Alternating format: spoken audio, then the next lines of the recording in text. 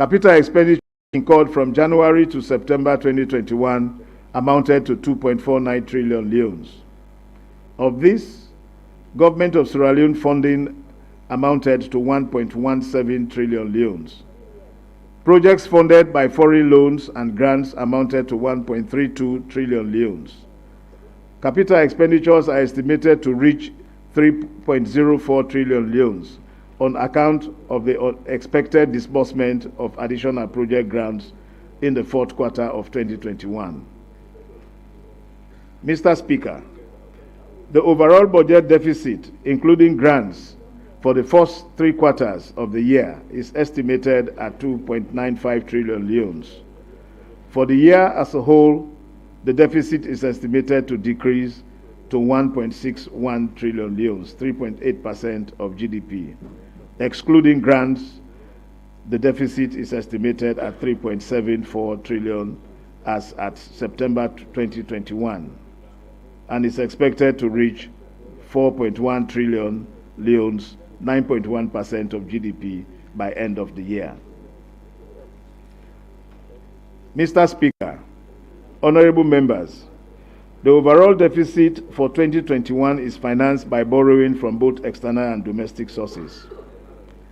Foreign borrowing comprising project loans will amount to 876 billion leones, less principal repayments of 611 billion leones, giving net foreign financing of 265 billion leones.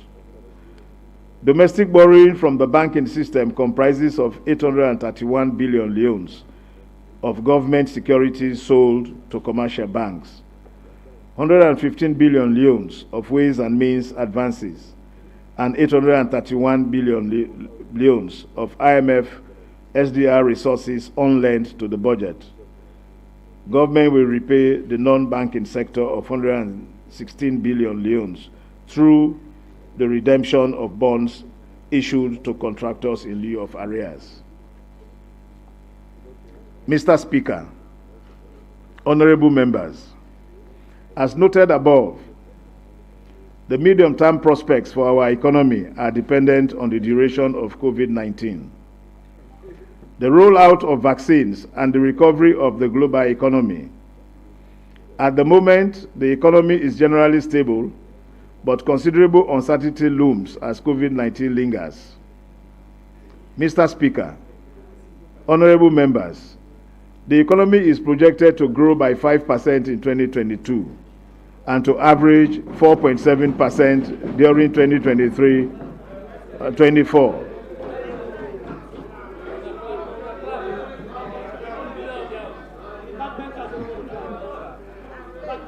Growth will be underpinned mainly by the resumption of iron ore. Growth will be underpinned mainly by the resumption of iron ore mining at Marapa mines and continued increase in agricultural, construction, and manufacturing activities. The expected recovery in tourism combined with efforts to improve the business environment will also contribute to the growth prospects. Inflationary pressures are projected to moderate over the medium term, with inflation declining to single digit by end 2024.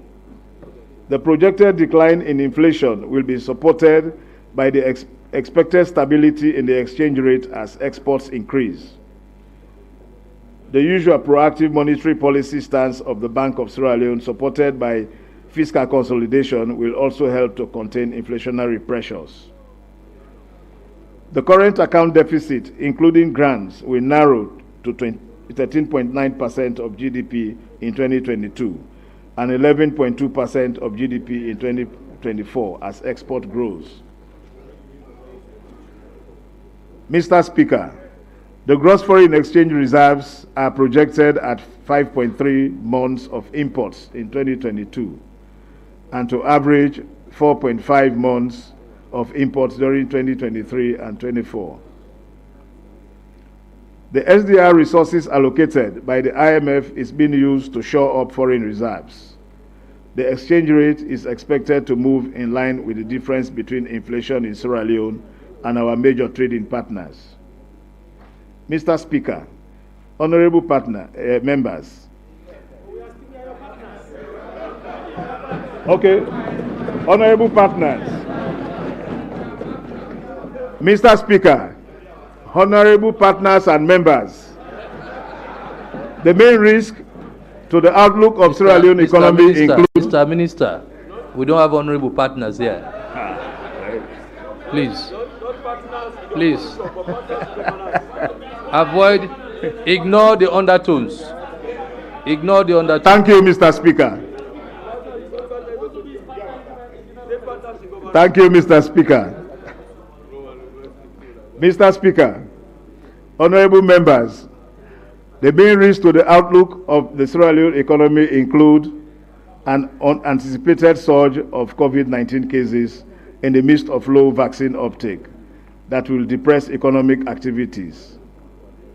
More than expected rise in international fuel and food prices and freight costs, which could increase inflationary pressures, and drop in prices of iron ore beyond levels captured in our baseline for metric ton at the end of 2020 to $123 US dollars per metric ton in October 2021 due to sharp drop in demand from China and increase in supply from Australia. This may affect production in Sierra Leone with adverse implications for GDP, exports, and domestic revenues. Mr. Speaker, honorable members, as indicated earlier in this statement, several policies, programs, and projects have been initiated since 2018. Some have been completed, while others are in progress. In recent times, we are faced with food security challenges exacerbated by rising global food prices due to supply chain difficulties caused by COVID-19, as well as increased vulnerability to environmental disasters due to climate change. Given this situation, it is our determination to boost the resilience of the economy against these risks. Despite the challenging constraints, the 2022 budget seeks to continue with efforts to stabilize the economy by lowering inflation and stabilizing the exchange rate in order to improve the business environment for employment creation. The budget also seeks to accelerate the implementation of budget efficiency measures to create the fiscal space for spending in priority sectors. It also intensifies the implementation of ongoing programs and projects aimed at diversifying the economy in order to attain food security, inclusive and sustainable economic growth, and poverty reduction. It deepens the implementation of ongoing interventions to promote human capital development in order to improve the health and skills of the workforce. Also strengthen and expand social protection systems. Expedite the implementation of programs and projects to mitigate and adapt to the impact of climate change on the production sectors such as agriculture.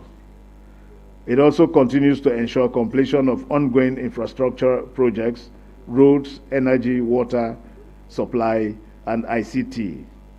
The objective is to improve the competitiveness of the economy and create job opportunities, and deepen the implementation of governance reforms to boost donor and investor confidence and mobilize external resources.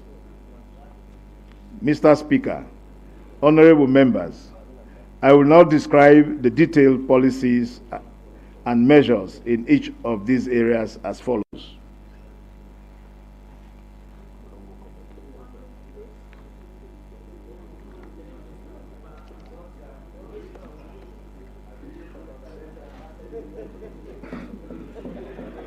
Mr. Speaker, honorable members, key requirement for the resilient recovery of our economy is to ensure that the economy remains stable in order to withstand adverse shocks. In this regard, government will therefore continue to implement sound macroeconomic policies. To this end, government will continue to implement a combination of fiscal, monetary, exchange rate, financial, and debt management policies to maintain a stable economic environment that will encourage private investment and boost confidence to our people and development partners. Mr. Speaker, honorable members, the key objective of fiscal policy in 2022 remains the consolidation of government finances. In this regard, government will continue to intensify domestic revenue mobilization and rationalize expenditures to provide a fiscal space for spending in our priority sectors, including climate change, human capital development, social protection, infrastructure, and the growth-generating sectors. Mr. Speaker, honorable members, from 2018 to 2020, domestic revenue averaged 14.1% of GDP, from 12.3% of GDP in 2017. Despite this improvement, Sierra Leone still lags behind its comparators.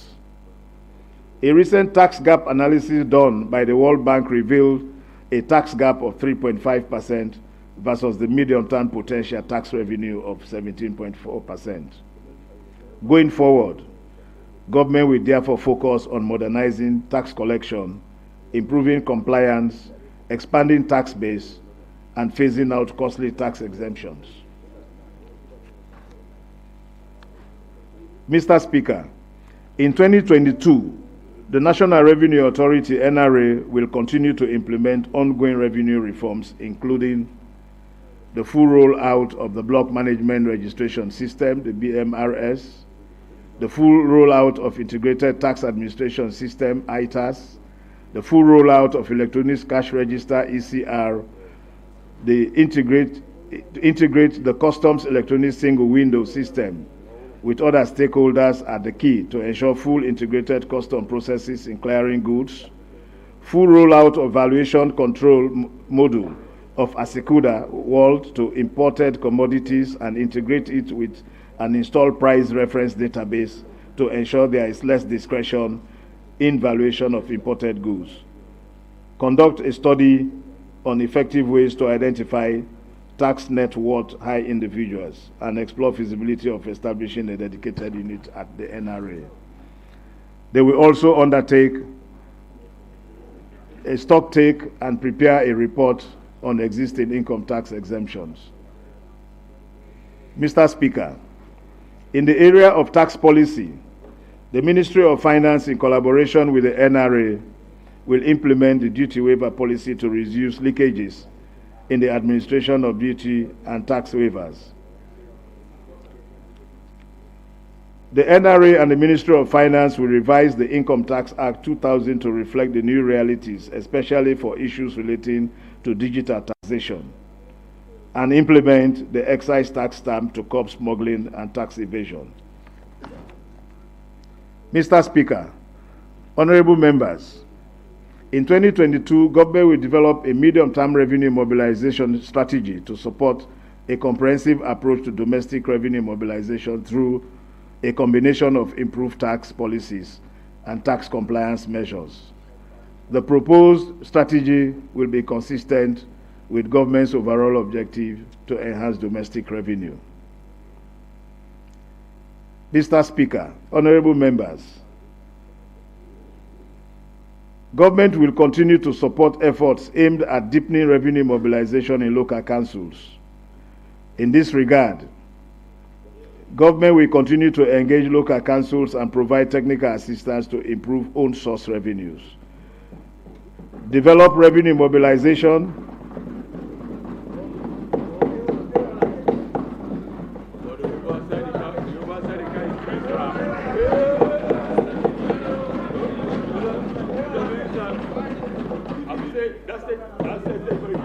develop a revenue mobilization strategy and manual for district councils. Enhance automation of property cadastral system in municipal and city councils. Finalize the Chiefdom Finance study and develop a roadmap for the implementation of the recommendations of the study. Mr. Speaker, honorable members, government will continue to rationalize expenditures through improvements in budget execution and strengthening controls to minimize unnecessary expenditures. In this regard, our efforts to clean the government payroll, improve execution of goods and services expenditures, and strengthen management of capital expenditures will be accelerated. Mr. Speaker, honorable members, government will sustain the implementation of reforms initiated in recent years to improve the integrity and sustainability of the payroll.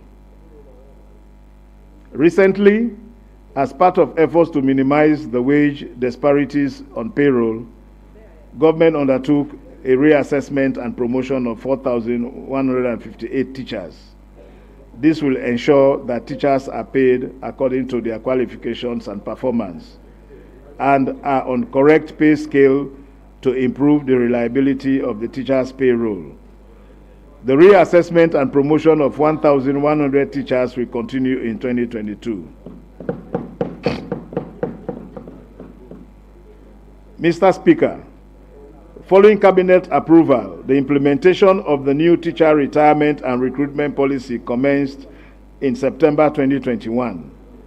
The policy will ensure that recruitment and retirement of teachers is done once a year to avoid disruptions in school year and improve on the predictability and management of teacher payroll costs. Government will continue to implement the new policy in 2022. Government will also, with support from donor partners, will also conduct a biometric verification of teachers in 2022. Mr. Speaker, honorable members, NACRA completed a biometric verification of all government pensioners in early 2021, while NACIT will continue administering the payments of pensions to all government pensioners. A follow-up verification exercise will be jointly carried out by all relevant stakeholders in 2022. The objective is to have a clean and verified pension roll. Mr. Speaker, government has made significant reforms to rationalize procedures relating to the payment of gratuities to public service retirees.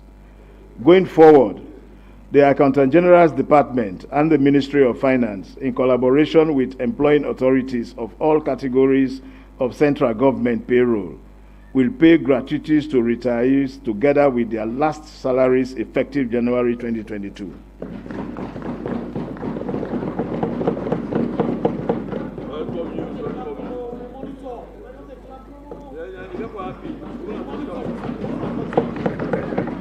Mr. Speaker, honorable members, the Ministry of Finance, with technical assistance from the Foreign, Commonwealth and Development Office, FCDO, will complete the preparation of a payroll policy during 2022. The payroll policy will capture statutory provisions and policy instructions impacting the government payroll, which will include the different pension laws and competitions. This policy will serve as a guide for the administration of government payroll. Mr. Speaker, honorable members, government will continue to strengthen commitment controls to improve the efficiency of spending and avoid the accumulation of arrears. This will be achieved through the implementation of the following reforms: the upgrading of the IFMIS from version 5.0 to web-based version 7.0, which will capture more accessible platform which reduces infrastructure cost for eventual rollout to subvented agencies, local councils, embassies, high commissions, donor-funded projects, and the like. This will facilitate comprehensive recording, accounting, and reporting of government financial transactions. The modernization of IFMIS will help to ensure that MDAs do not exceed their respective budget tag allocations, as they cannot commit expenditures outside the system. Mr. Speaker, honorable members, the mandate of the existing Cash Management Committee was broadened in February 2021 to oversee cash, debt, and area management as a whole. The committee has been meeting regularly to review cash availability, prioritize expenditures, monitor movements in the stock of arrears, and determine the borrowing requirements of government. Mr. Speaker, in 2022, the committee will increase the duration of cash flow forecast at least 3 months and incorporate arrear payments plan into cash planning. This will help government to strengthen debt and cash management and prevent accumulation of arrears and expenditure overruns.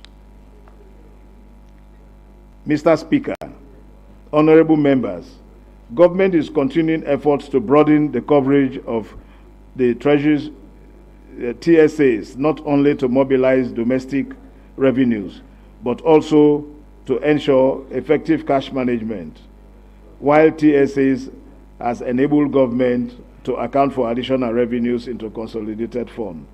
Idle cash balances continue to exist in the accounts of subvented agencies that receive bulk disbursement. To ensure efficient cash management, the government will commence the implementation of Phase 2 of the TSA in 2022.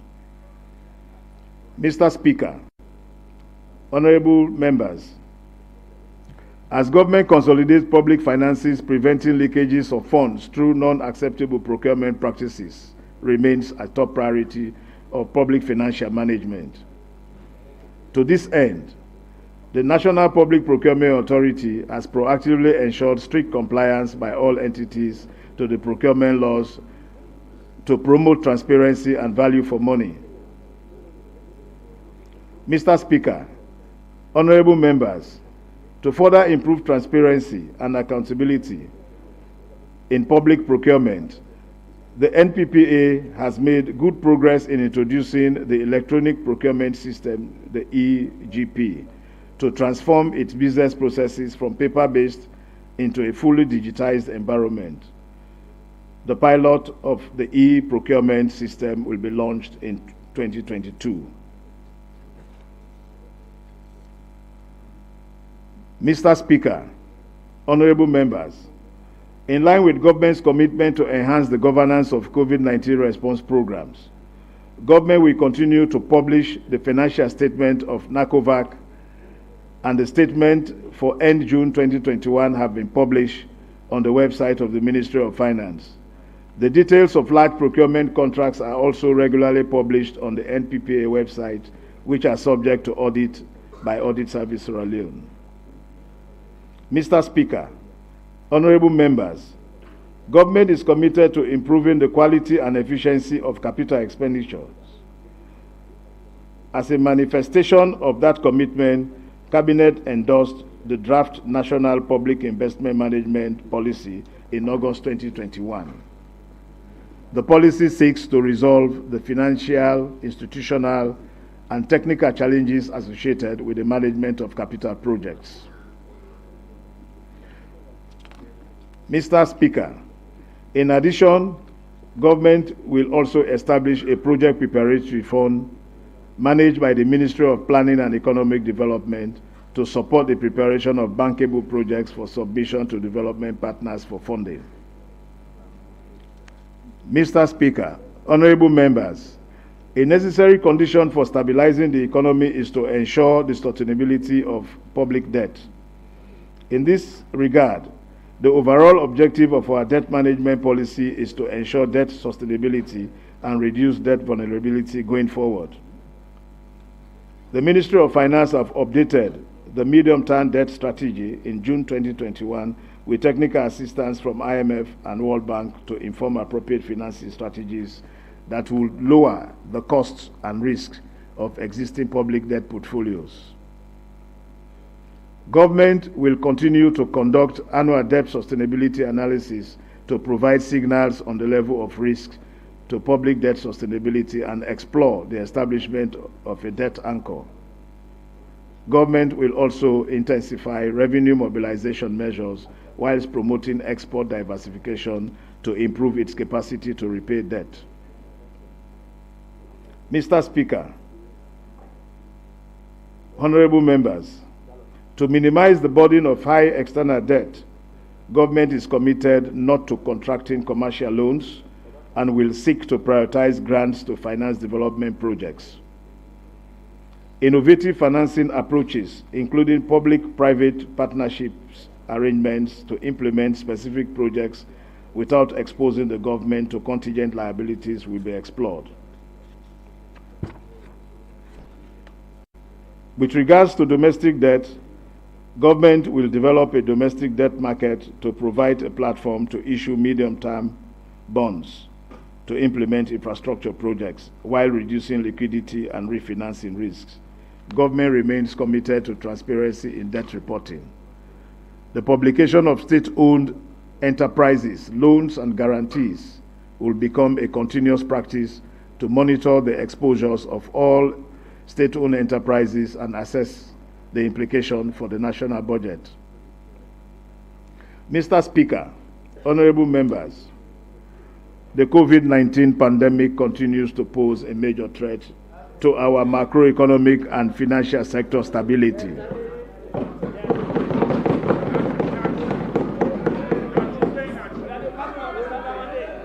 In this respect,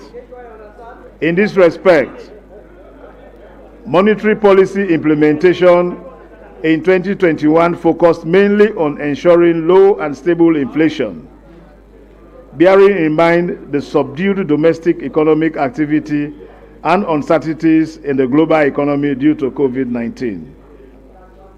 Accordingly, the Bank of Sierra Leone kept the monetary policy rate unchanged at 14% throughout the year.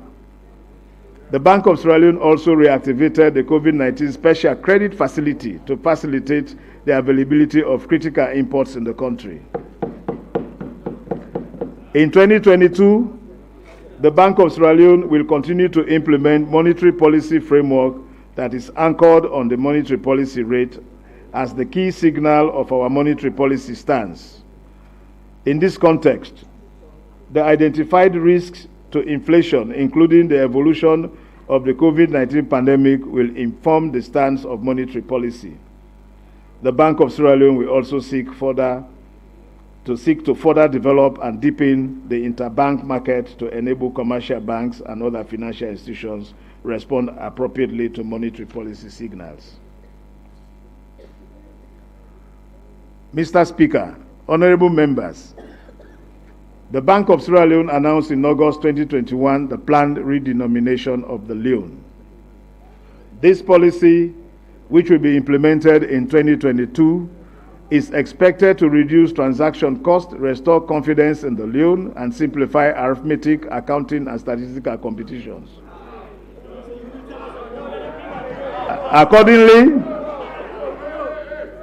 Accordingly, I have tabled the statutory instrument for the policy change to this noble House.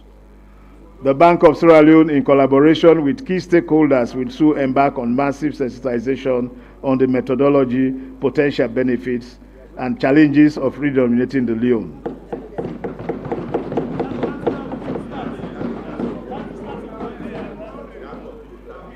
Mr. Speaker, honorable members, the banking sector continues to be relatively stable in 2021, as all key financial soundness indicators improved compared to 2020.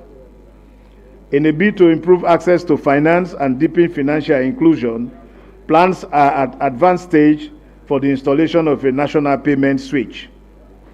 This will promote the use of electronic payments and digital platforms by government and businesses to pay for goods and services.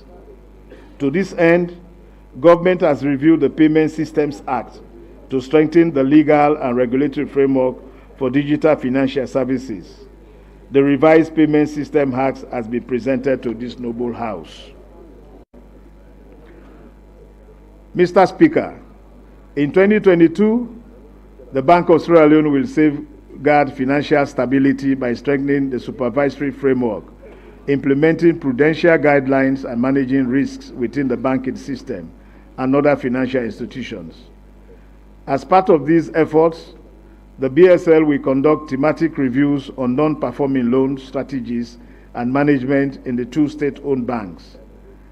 Government will also develop an updated corporate governance framework for the two state-owned banks with a focus on board and senior management oversight, operational management, risk management, and compliance.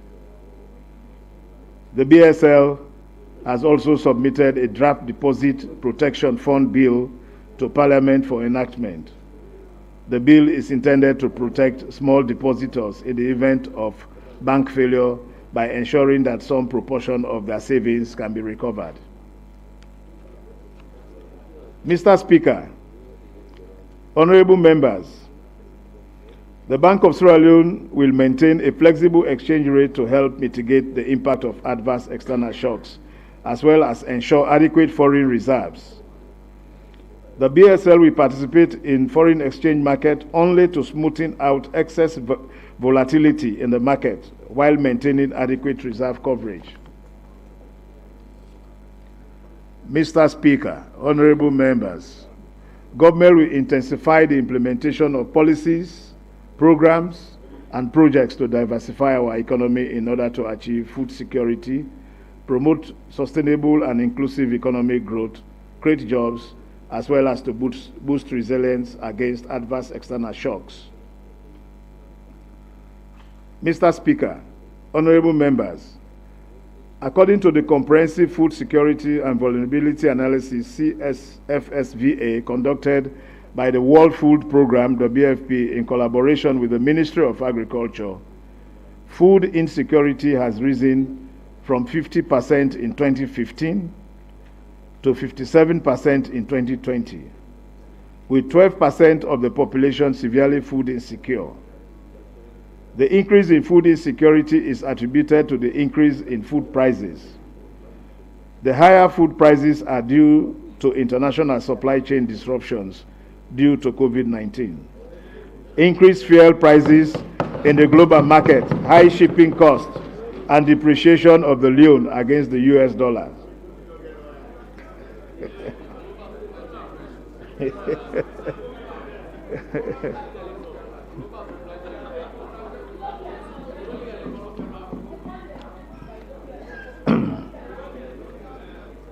In this regard, in addition to stabilizing consumer prices and the exchange rate, government's policy and direct investment in agriculture in 2022 will focus on increasing access to quality inputs, mechanized farming practices, transform extension services, and linking farmers to markets to achieve food security.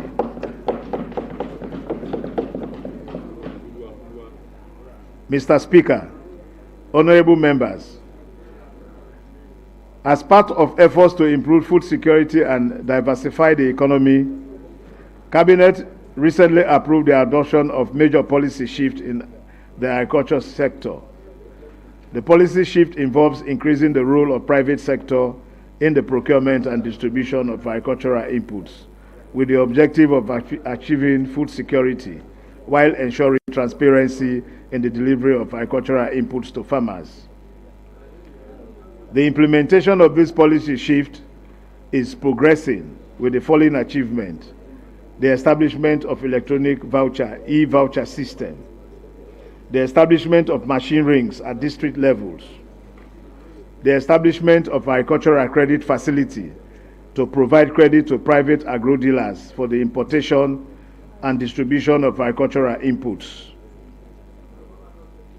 To consolidate the implementation of the policy shift and improve food security in 2022, government will develop robust criteria for selection of eligible farmers to be supported under the e-voucher system. It will also develop a roadmap for input deliveries, seeds, fertilizers, pesticides, and machines to ensure timely delivery of inputs in 2022 planting season.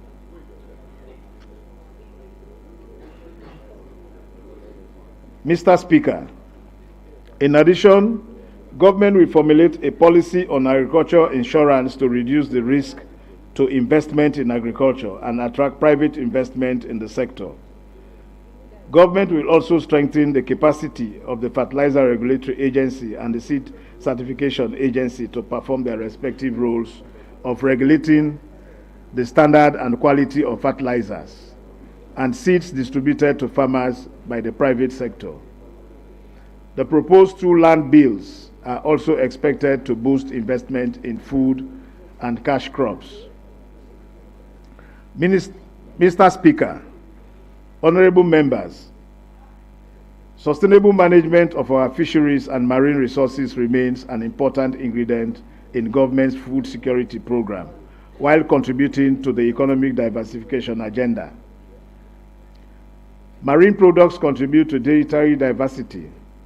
To this end, government will sustain efforts in combating illegal and unreported and unregulated fishing through routine fishery surveillance patrols and remote monitoring of industrial fishing vessels, as collaborating with the community management associations to ensure compliance with best fishing practices. We'll also continue to promote aquaculture through training fish farmers on fish pond management. We rehabilitate 3 pilot farms for integrated aquaculture, as well as establish 2 fish feed producing machines. We'll continue to improve fisheries governance through the review of existing Fisheries Act and regulations, complete the process of fish export accreditation for EU and other markets.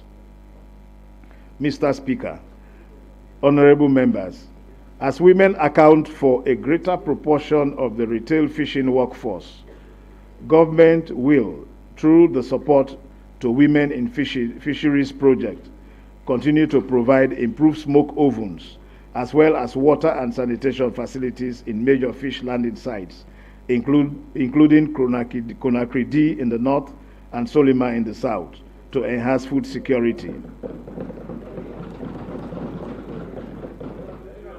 These programs will also train women on improved fish preservations with a view to enhancing their capacity to meet the requirements for safe local consumption and export. Mr. Speaker, honorable members, in addition to agriculture and fisheries, the Medium-Term National Development Plan 2019 to 2023 identified the tourism sector as one of the growth sectors to aid the diversification of economy for the creation of job opportunities for our women and youths.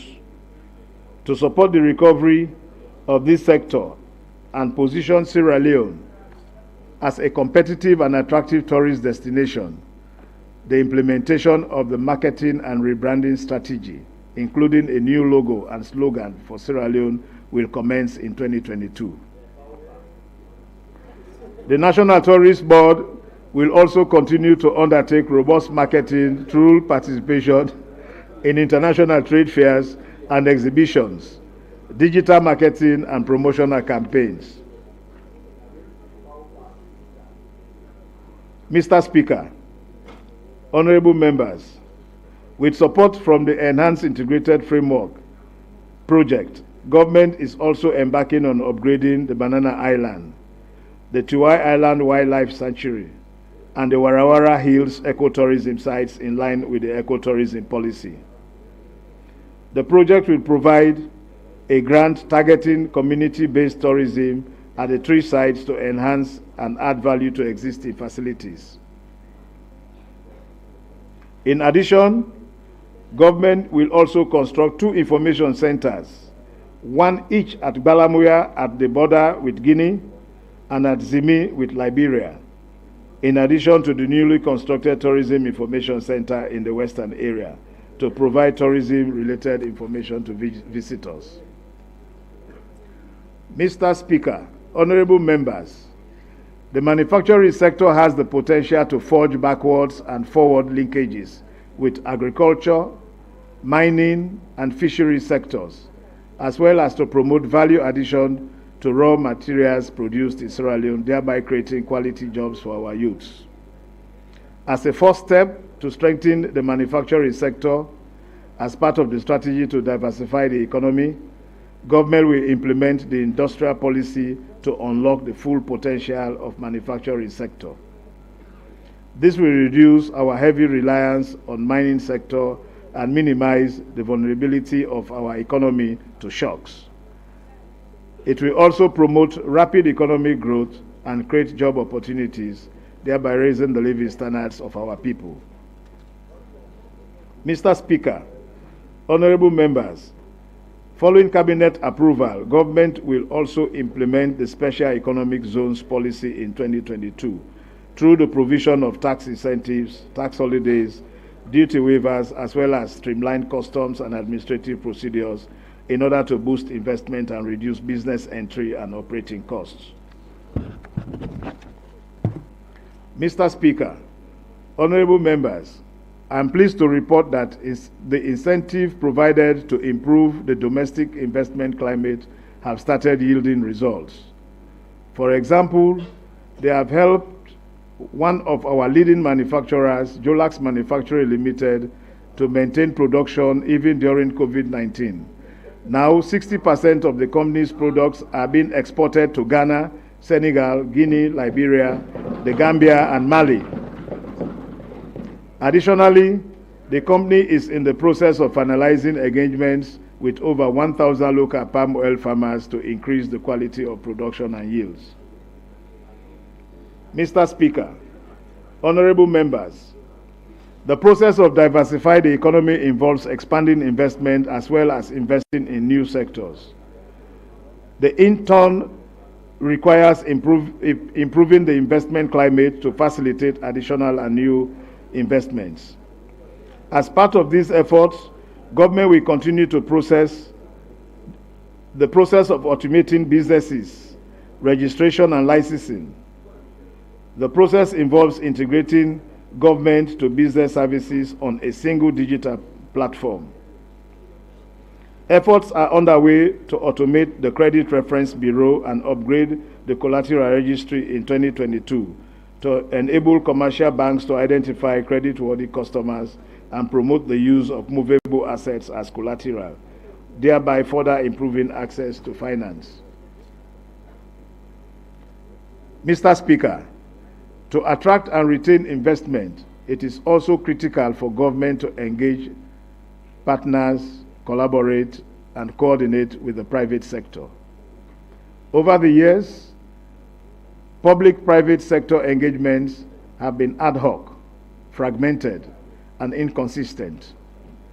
In this regard, government is institutionalizing the public-private dialogue through the newly established National Investment Board. The NIB will be conducting PPDs in a structured, consistent, inclusive, and action-oriented manner. Recommendations from these dialogues on tax matters will be incorporated into the Finance Acts. Mr. Speaker, honorable members, small-medium enterprises constitute an important source of employment in our country. To improve access to credit for small-medium enterprises, government established the Munafa Fund in 2021 with an initial capital of 26.1 billion, managed by the Small and Medium Enterprise Development Agency, SMEDA. As at end July 2021, 5,328 SMEs have received loans from the fund, of which 75.8% of the beneficiaries are female-owned businesses. To consolidate the program and increase the number of beneficiaries, government is providing an additional amount of 18 billion to the fund in 2022. In addition, government through Sierra Leone Economic Diversification Project will support SMEDA and DSTI to train and provide small grants to providers of business development services, including incubators and accelerators. Mr. Speaker, honorable members, free quality school education program remains the flagship program of government. Accordingly, government has continued to allocate not less than 20% of the national budget annually to education sector to ensure the continued implementation of various components of the program. Government has also carried out several reviews and diagnoses of the education sector, as well as policies to support inclusive and safe learning. Mr. Speaker, honorable members, to consolidate gains so far and accelerate progress to expand access and enhance the quality of education in Sierra Leone, government will continue to pay school fees, provide core textbooks, teaching and learning materials for all children in government-owned and government-assisted schools, and will also expand the homegrown school feeding program, provide school buses, and progressively increase the provision of assistive devices for special needs.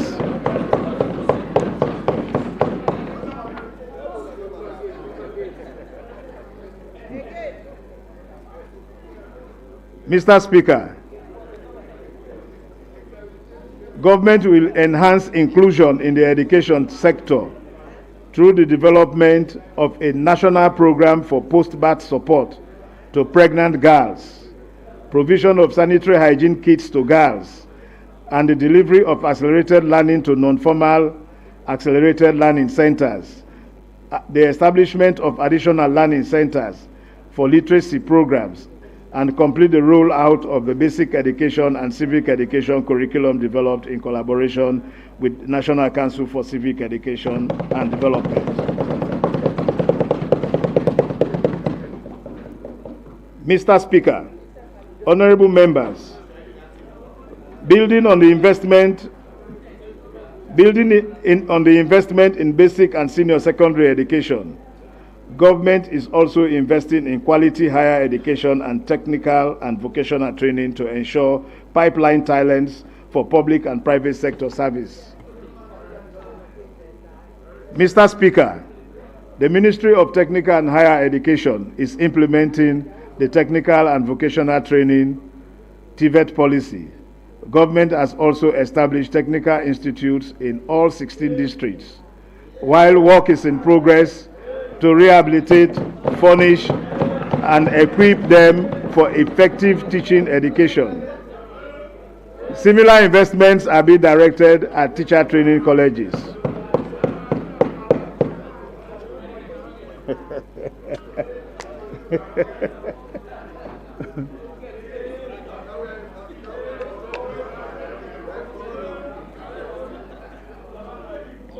Mr. Speaker, with support from the World Bank under the Skills Development Project, government is providing access to demand-led hands-on skills training.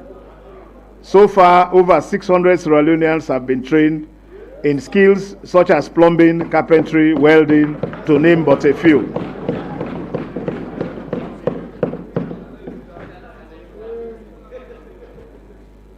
Mr. Speaker, government, through the Ministry of Technical and Higher Education and Tertiary Education, TEC, with support from development partners, conducted a national assessment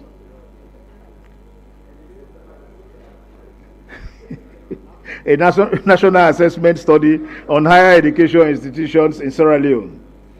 The assessment identifies strengths, weaknesses, skills, and competency gaps in public and private universities in Sierra Leone. This study also provided recommendations on how these gaps can be addressed. Thus, to consolidate the gains achieved in higher education, government will continue the implementation of 2021 University Acts that replaced the University Act of 2005. Government will provide seed money and operationalize the student loan scheme during 2021-2022 academic year.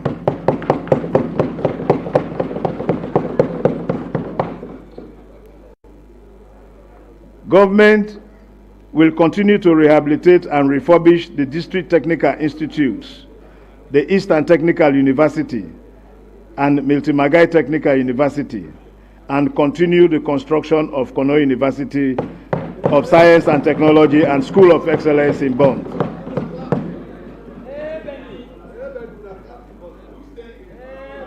Mr. Speaker, honorable members, government continues to maintain high investment in the health sector to improve health outcomes for our citizens, especially our women and children. Hence, In 2022, government will accelerate efforts to reduce under 5 and maternal mortality, stunting teenage pregnancy to achieve favorable health outcomes nationwide.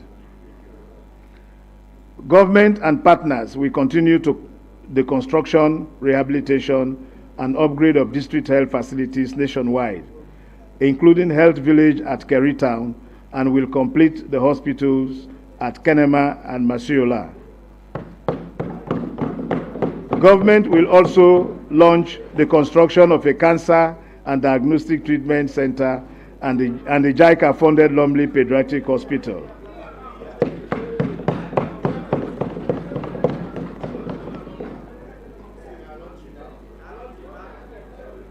Mr. Speaker, honorable members, government continues to expand the National Emergency Services, NEMS, to all districts. Recently, ambulance stations were opened in the Karine, Koinadugu, and Falaba districts, respectively.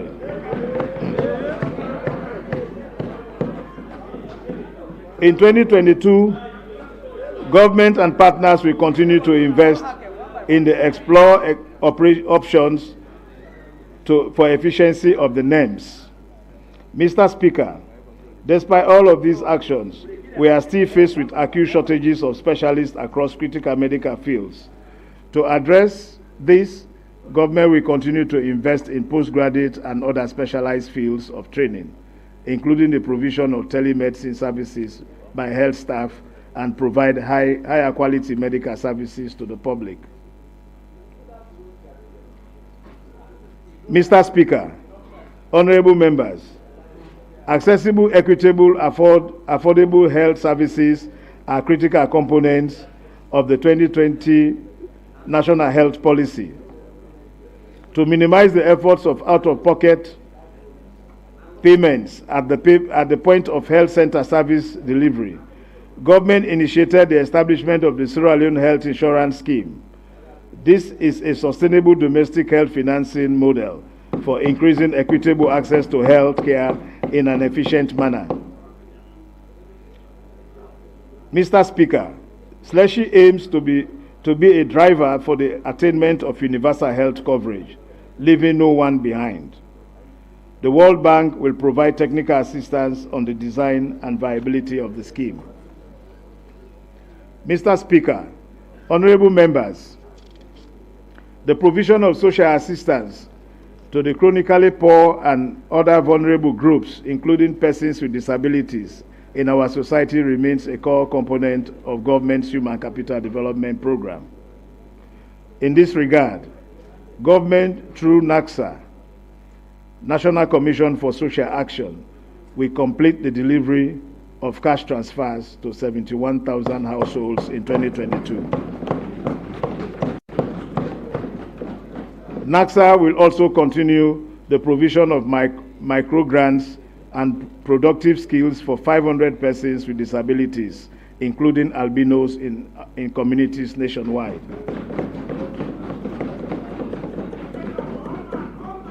Mr. Speaker, honorable members, government will develop a social protection register to improve the targeting of beneficiaries of these support programs. Government will also enact social protection bill to strengthen the legal framework for the provision of social protection. Mr. Speaker, honorable members, as women constitute a large proportion of our vulnerable population, government will continue not only to empower but also protect them. In this regard, government has taken several actions and developed legal and regulatory frameworks to address sexual gender-based violence, SGBV.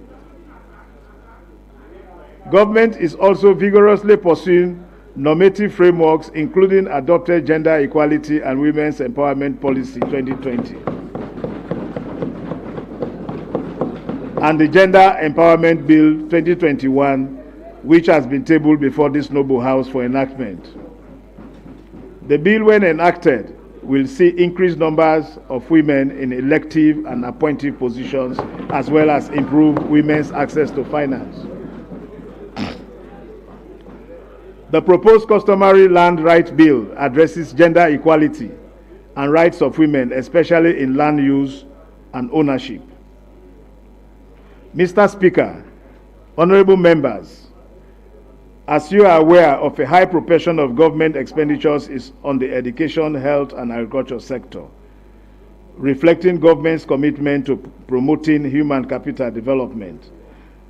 In a bid to ascertain the efficiency and effectiveness of public expenditure, government requests technical assistance from the World Bank to conduct the public expenditure reviews on education, health, agriculture, and social protection. These results of the peers revealed a weak link between the amount of expenditures provided to those sectors and the expected outcomes. In other words, the level of government spending has not translated into expected improved outcomes, as key indicators still trail behind our peers in the sub-region. To improve outcomes in these key sectors, government will implement the recommendations from these reviews. As a first step, government will reintroduce the Public Expenditure Tracking Survey, PETS, to track the flow of expenditure from Ministry of Finance through MDAs to the district offices, local councils, down to service delivery units to assess whether resources disbursed are reaching the intended beneficiaries. Mr. Speaker, honorable members, climate change is real, and we have witnessed some of its effect in Sierra Leone in terms of floods, fires, mudslides, high temperatures, and water shortages.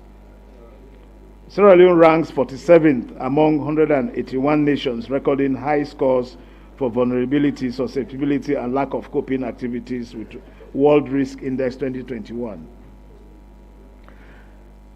As part of the efforts to mitigate and adapt to the effects of climate change, government established a dedicated Ministry of Environment and several other agencies, including the Environmental Protection Agency, National Protected Area Authority, National Disaster Management Agency. Government is also implementing projects in several MDAs aimed at minimizing the impact of climate change.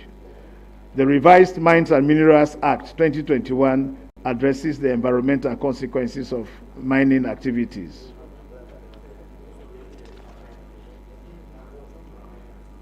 Mr. Speaker, in 2020, government launched the National Tree Planting Project to support afforestation and reforestation and contribute to global efforts to reduce emission of greenhouse gases. The project involves planting a minimum of 5 million trees, seedlings of tree crops, exotic forest, hardwork seedlings. Government has also established a special fund at the Bank of Sierra Leone, into which 10% of royalties on timber exports are deposited to support afforestation and reforestation activities. Mr. Speaker, honorable members, to enable financial institutions to access green and sustainable finance, they must meet environmental, social, and governance ESG standards. Therefore, the Ministry of Finance will work with the Bank of Sierra Leone, the Sierra Leone Association of Commercial Banks, and other stakeholders to ensure a coordinated approach to developing policy instruments, regulations, and incentives for ESG's compliance and accessing sustainable finance for green initiatives. We also call upon our international and local development partners to support government and private sector in this endeavor. As part of our efforts to reduce deforestation through the cutting down of trees, government is removing import duty from liquid petroleum gases, LPG, in addition to GST already waived. This is expected to reduce the price of cooking gas, thereby making it affordable to more households. The policy is also expected to encourage our people to switch from the use of charcoal to gas for cooking purposes. Mr. Speaker, honorable members, to improve the competitiveness of our economy and accelerate its recovery, we will enhance the provision of basic infrastructures. In the road sector, government will consolidate the construction of critical roads to facilitate movement of agricultural produce and other goods as well as people. In particular, government will complete the Hillside Bypass Road, the Tokelomli Road, the Boti-Concord Road,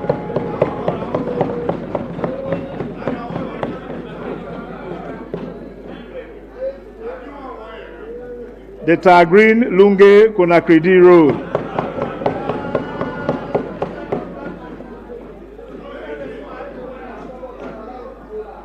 government will complete the construction of Moyamba Junction to Moyamba Road, the three bridges, Magbele, Mabang, and Pangama.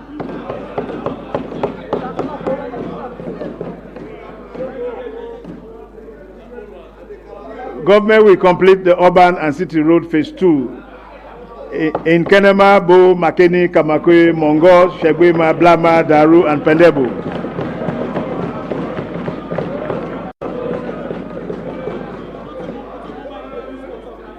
Government will complete spot improvements and regraveling of 1,800 kilometer trunk roads across the country. Government will commence the construction of 4 rural major bridges currently operated by cable ferries: Matrujon, Manowa, Jendema, and Tompari.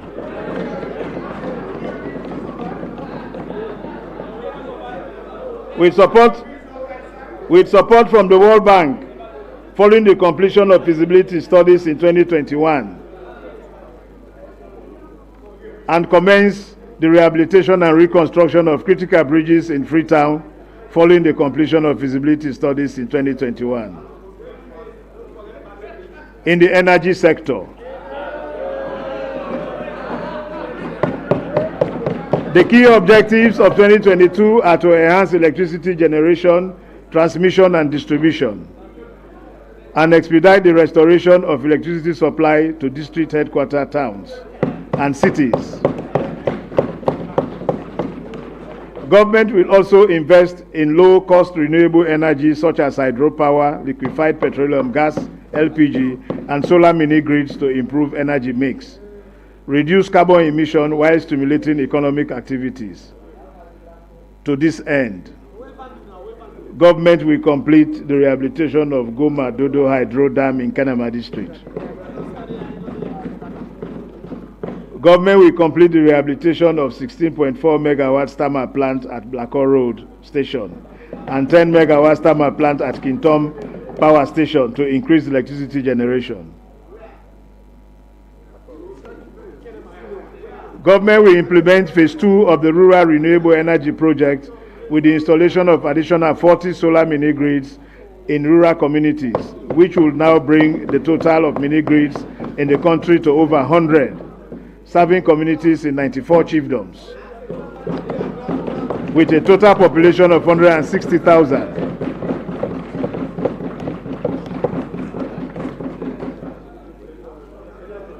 Government will energize the Côte d'Ivoire, Liberia, Sierra Leone, Guinea CLSG line, which will provide access to electricity to 39 communities along 225 kV transmission. Networks as follows.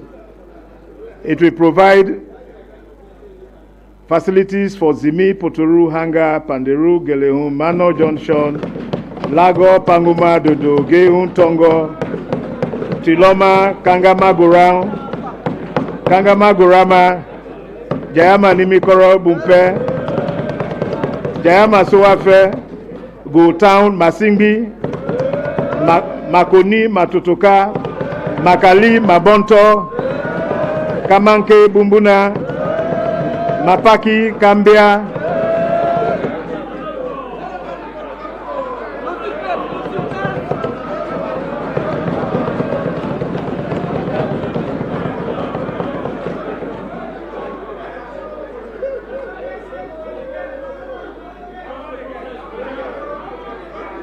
Mr. Speaker, Mr. Speaker. Honorable members, order. Please, honorable members. Mr. Speaker. Hold on, Minister. Mr. Minister, hold on. Honorable members, let's not forget that we are in the direct face of the gallery. This particular day is a very important day for citizens all over Sierra Leone. Please, keep your undertones. Proceed. Mr. Speaker, Kamalo,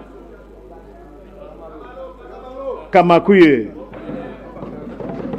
Fadugu, Gofor Pujang, Jendema, Kamasinki, Majori, and Binkolo.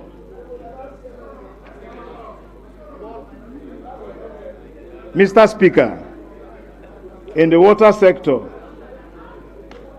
government will continue the implementation of the following water projects: construction of 45 industrial boreholes, construction of 100 solar-powered boreholes, construction of water supply facilities in 6 district capitals, construction of water supply systems in Bond District, complete the 4-town water supply project Mongo, Matru, Jala, and Daru, and complete phase 2 of the 3 towns water supply project Bo, Kenema, and Makeni.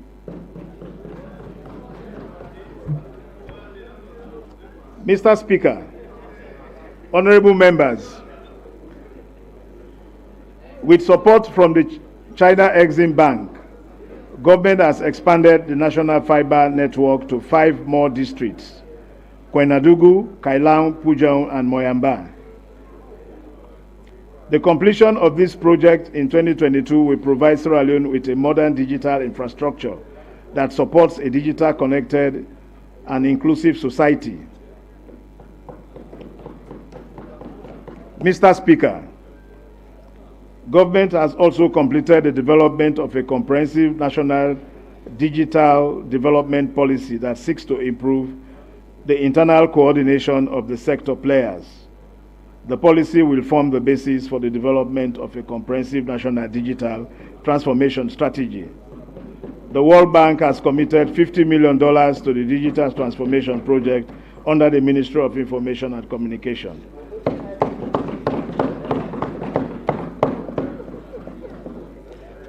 Mr. Speaker, honorable members, government is committed to improving governance, not only to strengthen donors and investor confidence, but also to mobilize external resources. The governance cluster accounts for 80% of the country policy and institutional assessment (CPIA) rating, an integral component of the performance-based allocation formula used by the World Bank and the African Development Bank to allocate resources to low-income countries, including Sierra Leone. In 2020, the CPIA report, out of the maximum score of 6, Sierra Leone scored 3.1 overall and 3.2 on governance clusters.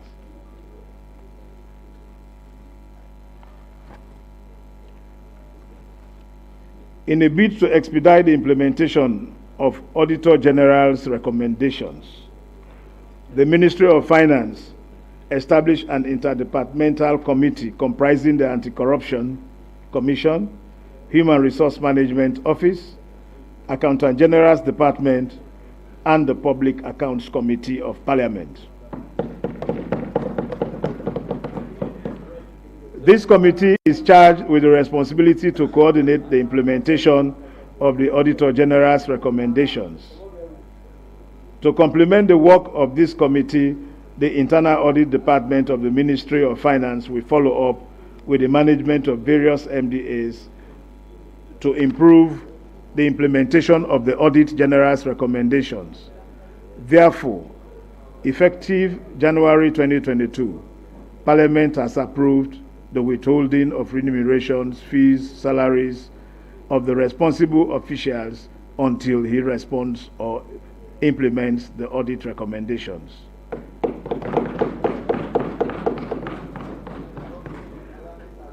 and report to the Public Accounts Committee of the House.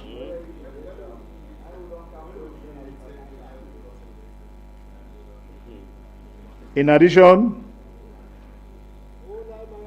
a national transparency and accountability platform has been established in the Office of the Vice President that will coordinate with the relevant stakeholders on the implementation of the Auditor General's recommendations.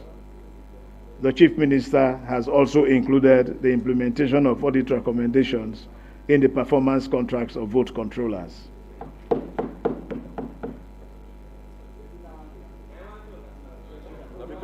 Mr.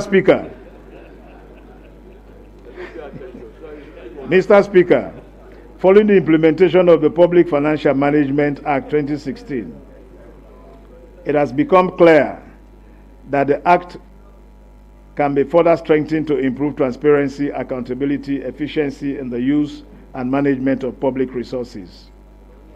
The review will introduce sanctions for non-implementation of Auditor General's recommendations, enhance compliance with Section 17 of the Public Procurement Act 2016, strengthen internal audit functions, and strengthen in-year fiscal reporting, amongst others.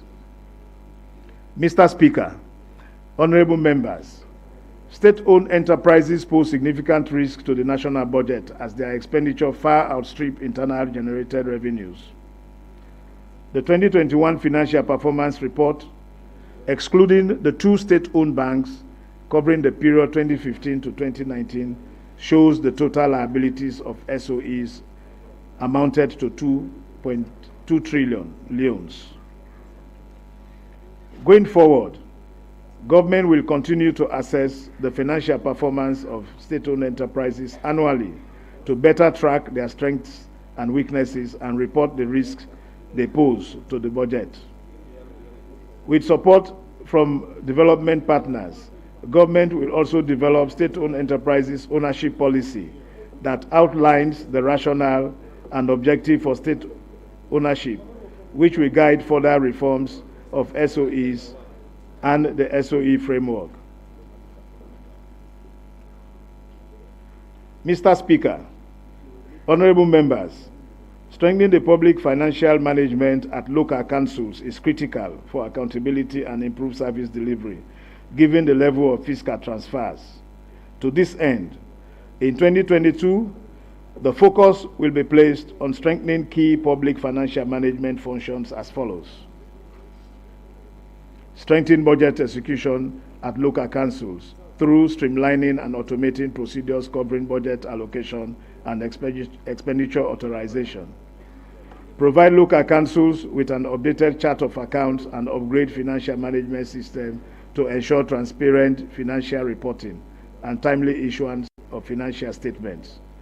And strengthen internal audit functions by supporting the training of audit committees of the local councils. Mr. Speaker, in addition to the above, government will introduce the Local Council Development Grants Program. This will provide additional financing to district councils to implement selected local development sub-projects.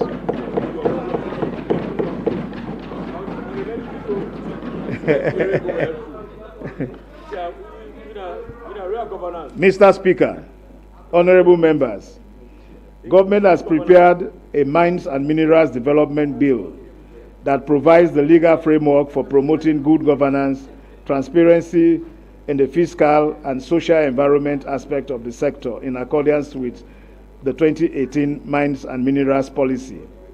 The draft bill, which has been laid in Parliament for enactment, will help to reduce rent-seeking behaviors and improve revenue collection. Mr. Speaker, honorable members, only less than % of affordable land is actually in use due to institutional constraints, such as poor governance. This results in insecure tenure, which in turn leads to low productivity levels, as the private sector cannot acquire vast areas of land for investment. As part of efforts to address these issues, government has prepared the Customary Land Right Bill and the Land Commission Bill. These bills seek to establish and protect property rights while encouraging responsible investment. The bills addresses the following reforms: tenure security, customary land right administration and management, customary tenure dispute resolution, gender equality and the right of women, protection of livelihoods, and responsible investment. These two bills have been submitted to this House for enactment.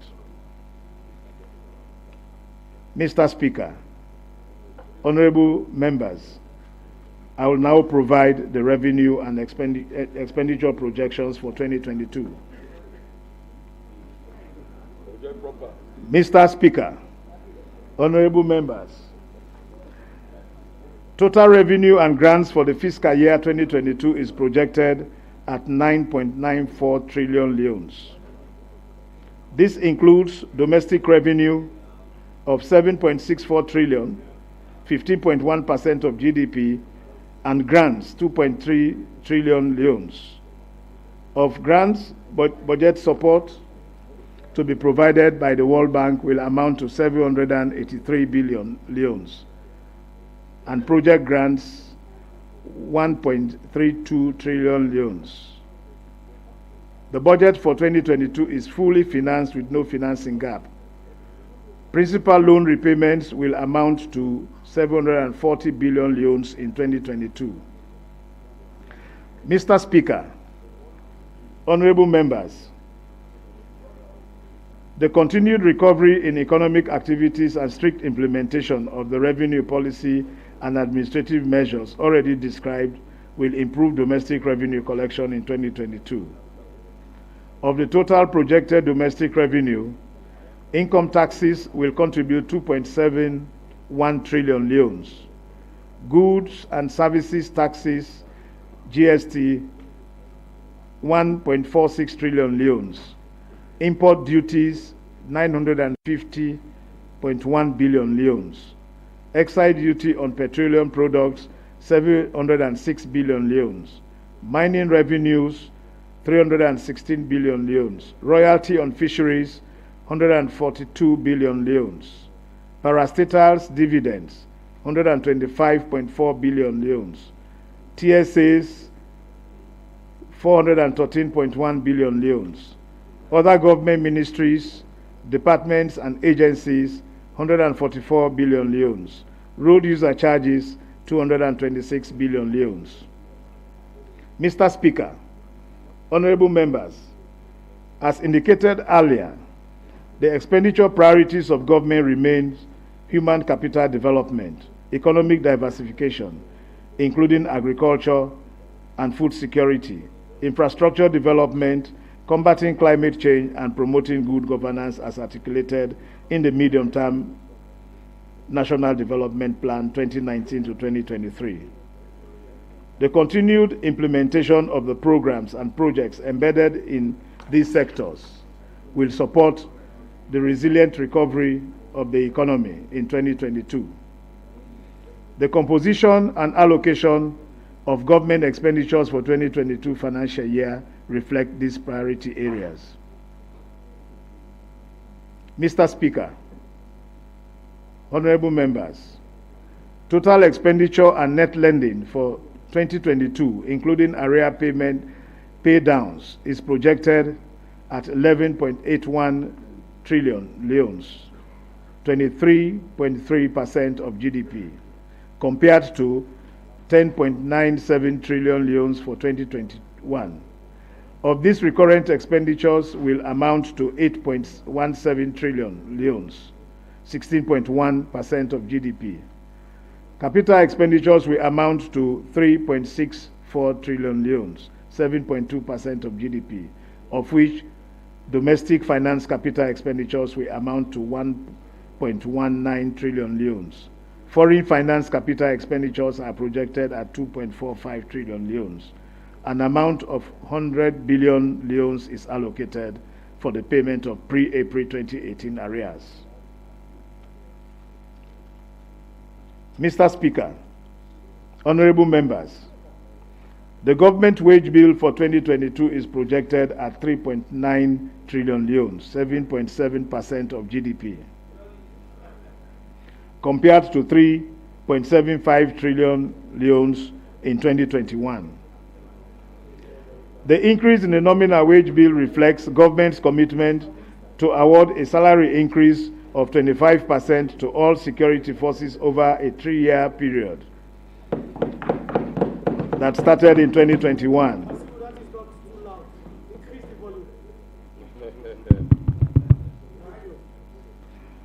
Employees of tertiary educational institutions, including universities, polytechnics, government technical institutes, will also receive a further pay rise of 25%.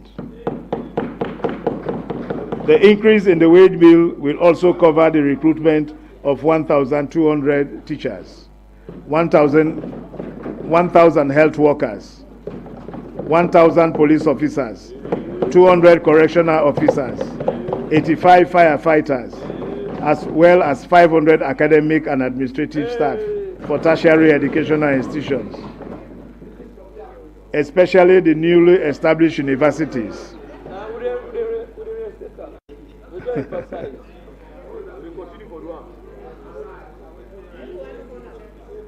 Mr. Speaker,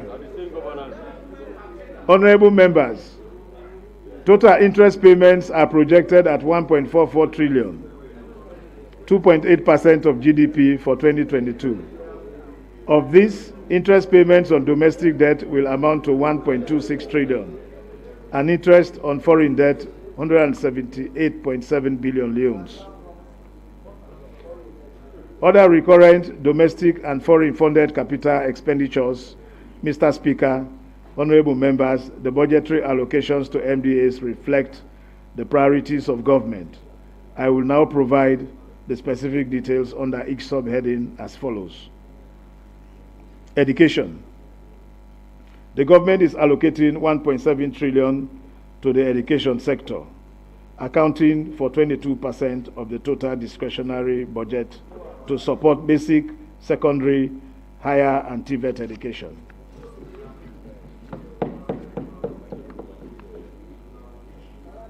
This amount includes 752.3 billion as salaries for teachers and 92.7 billion as salaries for employees of tertiary education institutions.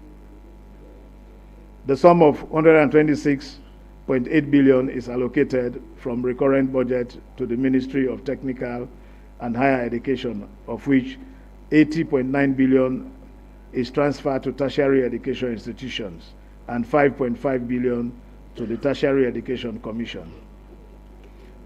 The Ministry of Basic and Secondary Education is also allocated 31.3 billion from the recurrent budget. Transfers to local councils for devolved education services will amount to 11.6 billion. The Teaching Service Commission is allocated amount of 2.7 billion. The allocation also includes 344.8 billion from the domestic capital budget for the provision of teaching and learning materials, payment of school fees, subsidies, support to the school feeding program, payment of WASC examination fees, diet for boarding schools, welfare and hygiene packages for school-going girls, and rehabilitation of boarding home facilities. Development partners will disburse 445.6 billion to support the implementation of various basic and secondary education projects, including free education project and education sector projects. Development partners are also providing 415.8 billion leones for the implementation of projects in higher and technical education, including the construction of University of Science and Technology in Kono, expansion of the Milton Margaret Technical University and Eastern Technical University construction of Center Excellence in Bond, and skills development project for the country as a whole. Government is allocating 896.7 billion, accounting for 11% of total discretionary expenditure. This reflects our commitment to progressively increase expenditure to the health sector. The allocation includes 433.1 billion as salaries for health workers, 555.8 billion from recurrent expenditures for primary and secondary health care services. The allocation also includes 174 billion as transfers to NACOVAC and 75 billion to the National Medical Supplies Agency for procurement of free health care drugs. Hold on, Mr. Minister, hold on. Mr. Speaker, it's past 12. I move that we suspend SO52 so that the business. Hold on, of the Honorable. House This will is continue. budget. This is budget speech. All right. Proceed. Proceed, Mr. Minister. It's a strategy for the minister to leave water.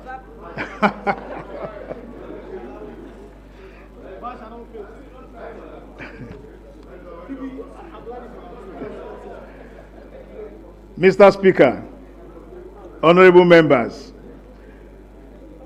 total allocation to the National Commission for Social Action will amount to 28 billion leones, of which 16 billion is salaries and 2.9 billion is for goods and services. In addition, development partners including the World Bank, German Development Bank, Islamic Development Bank will disburse 149.8 billion to support labor-intensive public works, including the rehabilitation of feeder roads, as well as construction of community infrastructure, including boreholes and hand-dug wells and family toilets. Mr. Speaker, honorable members, government is allocating 278 billion leones to the agriculture and food security sector. Of this, 17.9 billion is salaries and 34.5 billion from the recurrent budget to cover procurement and distribution of agricultural tools and equipment. The allocation also includes 97.7 billion from domestic capital budget, of which 50.8 billion is for the e-voucher system to provide agricultural inputs to farmers. 22 billion is to support the Chiefdom Youth Farms, and 9 billion to the Onions Development Project. These allocations also include government's contribution to several donor-funded projects in the agricultural sector. Development partners, including the World Bank, ADB, IFAD, IDB, will disburse 237.6 billion to support the implementation of various projects in the agricultural sector. Mr. Speaker, honorable members, government is allocating 29.5 billion to fisheries, to the fisheries sector, of which 2.5 billion is staff salaries, 15.4 billion from the recurrent budget to support artisanal fisheries activities, promotion of fish exports, including the operations of the competent authority which certifies fish exports. Transfers to local councils for fishery services will amount to 752.5 million. Mr. Speaker, honorable members, government is allocating 23.4 billion to the tourism sector, of which 9.3 is staff salaries, 9.5 billion from the recurrent budget as support to the National Tourist Board, Monument and Relics Commission, and the National Railway Museums. The National Tourist Board will receive 5.2 billion from domestic capital budget, including 1.2 billion for the construction of 5 tourist information centers, 4 billion as counterpart contribution. Development partners, including UNDP, World Bank, and the USA, will disburse 49 billion leones for the implementation of the sustainable tourism and coastal risk management projects by the National Tourist Board, and 5.4 billion for the preservation of Bones Island. Mr. Speaker, honorable members, government is allocating 64.7 billion to the Ministry of Trade and Industry, of which 28 billion is staff salaries. The allocation includes 17.3 billion from the recurrent budget, of which 5 billion is support to Sierra Leone Investment and Export Promotion Agency, 4 billion to the Sierra Leone Standards Bureau, 2.4 billion to the Produce Marketing, and 1.5 billion to Produce Marketing Company. The allocation also includes 18 billion as support to the Munafa Fund.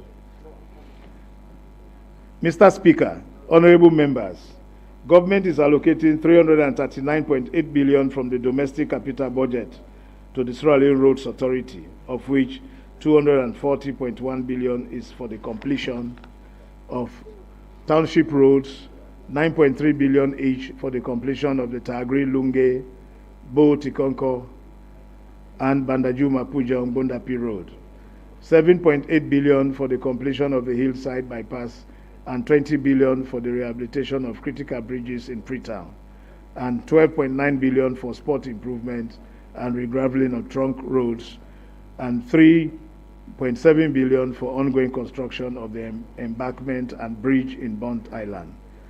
The rest of the allocation is government's contribution to donor-funded road projects, including ongoing reconstruction of the Pendebo Kailaun and the Lomle Toke roads.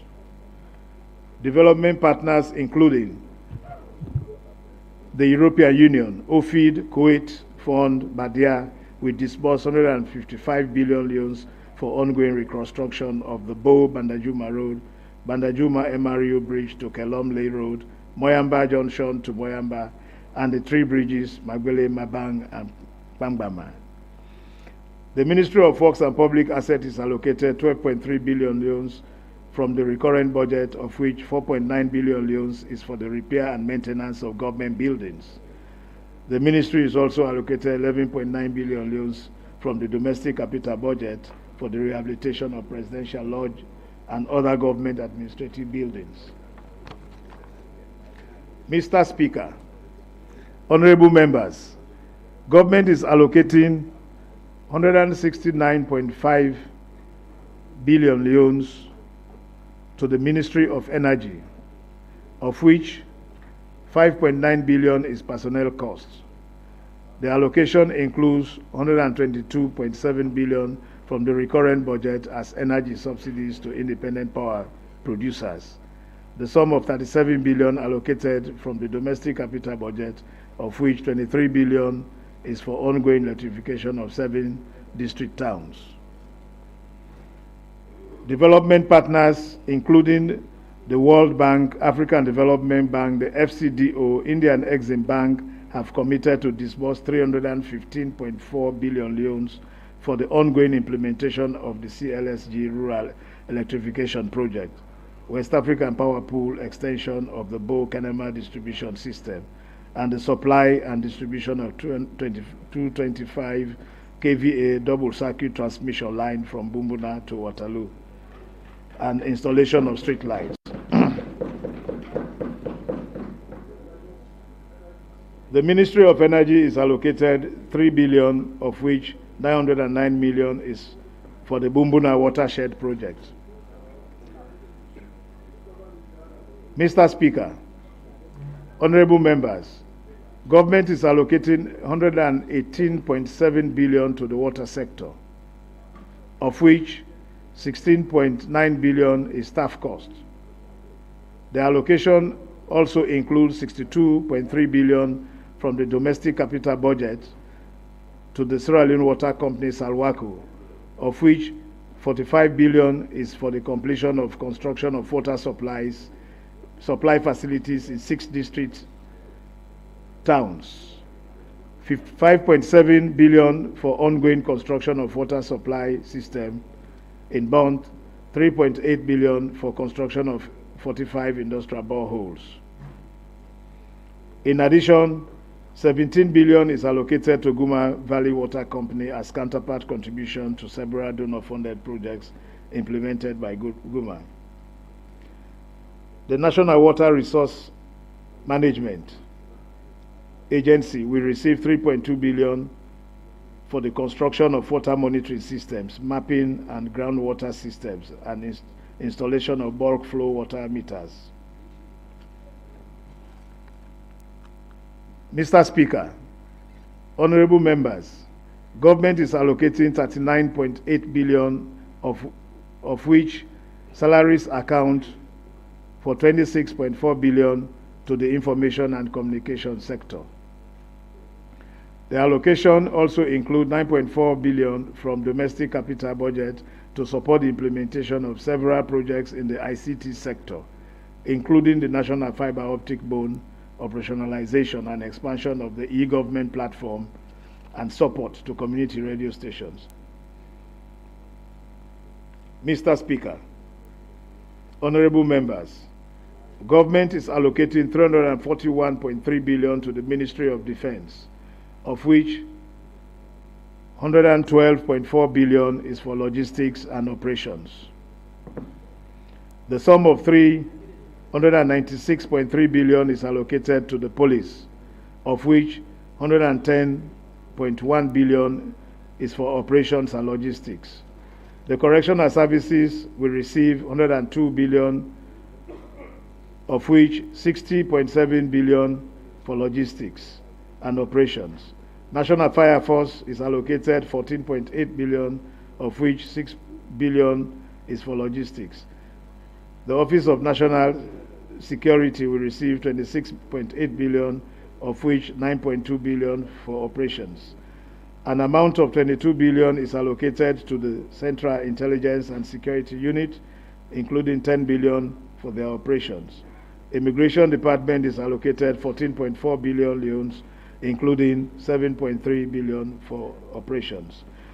Mr. Speaker, honorable members, budgetary allocations to other governance institutions, including personnel emoluments, are as follows: 102.2 billion leones to the judiciary, 55 billion leones to audit service, Sierra Leone, 39.1 billion to statistics, Sierra Leone, 15.6 billion to NPPA, 5.9 billion to National Monitoring and Evaluation Department, 53.1 billion to Anti-Corruption, 69.8 billion to Parliamentary Service Commission, and 336 billion to the National Electoral Commission.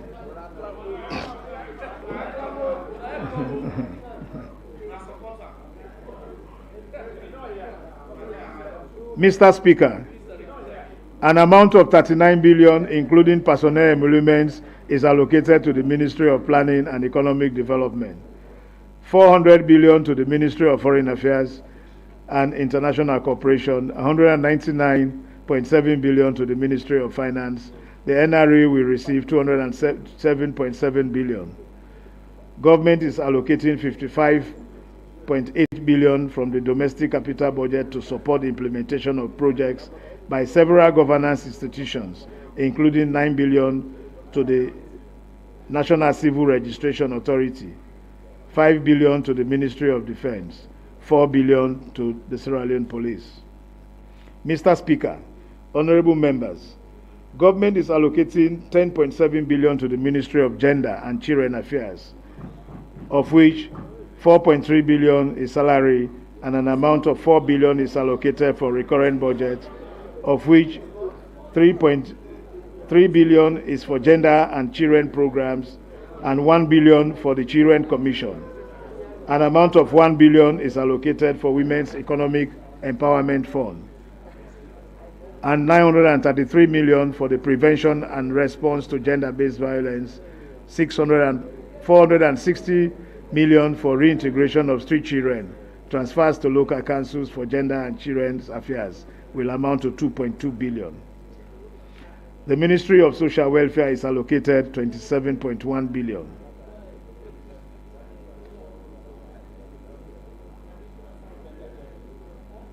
Provided support to protection programs, including diets, approved schools, remand homes. The National Commission for Persons with Disabilities is allocated 2.4 billion. Grants to welfare institutions will amount to 2 billion. Mr. Speaker, honorable members, government is also allocating 31.3 billion to the Ministry of Youth Affairs, of which 3 billion is for the recurrent budget as support to the National Youth Commission. The National Youth Service will receive 2.5 billion from recurrent budget. The National Youth Commission will also receive additional 2.8 billion from the domestic capital budget to support youth entrepreneurship and employment and promote youth ecotourism. The National Youth Service will receive 1.5 billion for the graduate service program.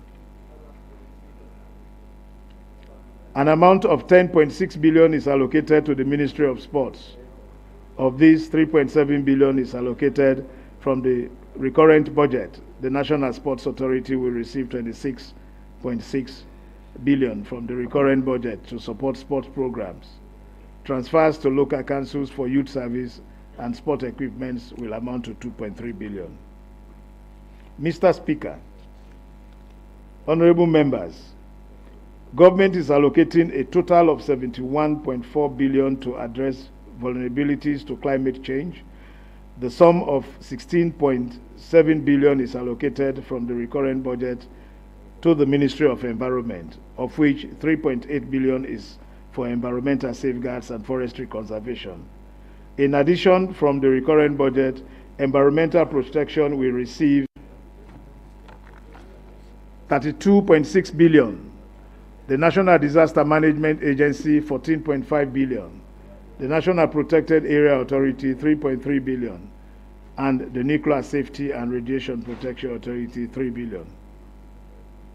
Mr. Speaker, honorable members, the IMF provided 238 million US dollars to Sierra Leone as part of the general SDR allocation to help address the long-term need for foreign exchange reserves, foster resilience and stability of the global economy. The reserves will also help vulnerable countries to cope with the impact of the COVID-19 pandemic.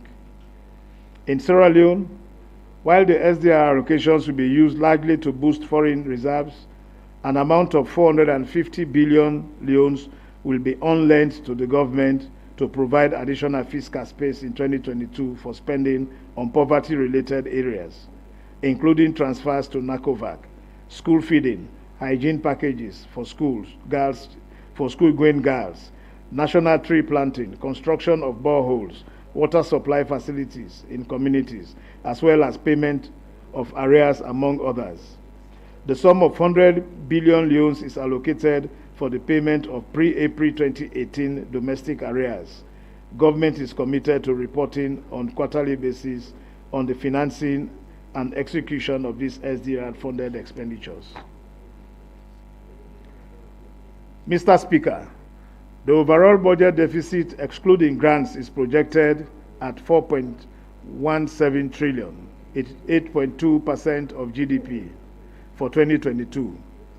The deficit, including grants, is projected at 1.89 trillion, 3.7% of GDP, to be partly financed through foreign borrowings of the 1.14 trillion loans. Principal loan repayments will amount to 740 billion loans. Net domestic financing of the deficit will amount to 1.6 trillion loans, comprising of net SDR on-lending of the 642 billion loans, and borrowing from the domestic banking system of 1.17 billion loans. Borrowing from commercial banks will amount to 645.7 billion loans. Government will repay the non-bank sector the sum of 187 billion loans in 2022 through the redemption of bonds issued to contractors in lieu of arrears.